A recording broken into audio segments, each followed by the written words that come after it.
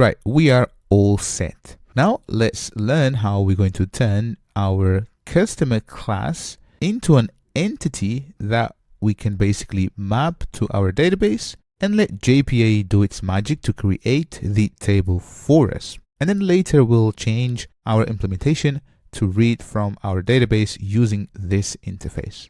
So we already have all the dependencies installed, and let's go ahead and change this class called customer to become an entity. Back to IntelliJ, and in here, let me open up the class called customer.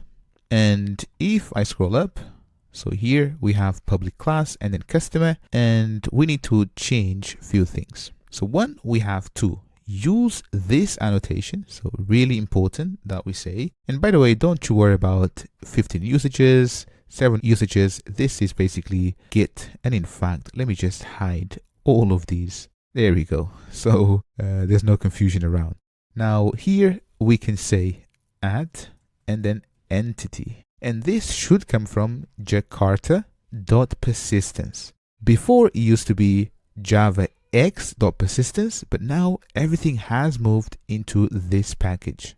So there we go. So this is pretty much everything we have to do. And you can see that because I'm using IntelliJ Ultimate.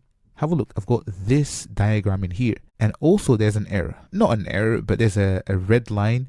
So let me just put my mouse in here and have a look. It says persistent entity, customer should have a primary key.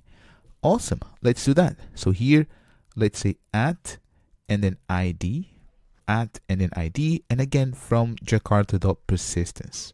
And you can see that the error now went away. Now, two things I want to do. The ID will be a little bit different, and this is because we are using Postgres as default. So what we want is to have a sequence. So here I'm going to say at and then sequence generator.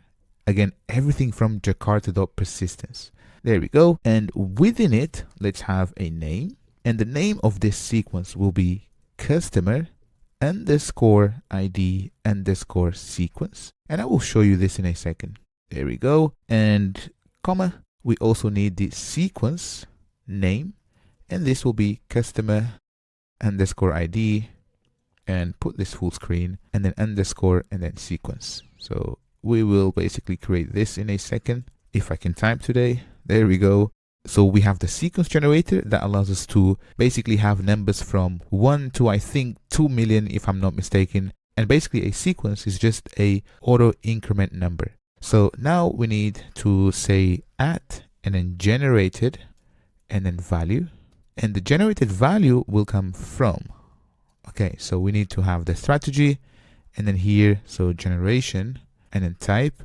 So here we want a sequence and the generator will be from our sequence. So this guy right here. And to be honest, this is pretty much it.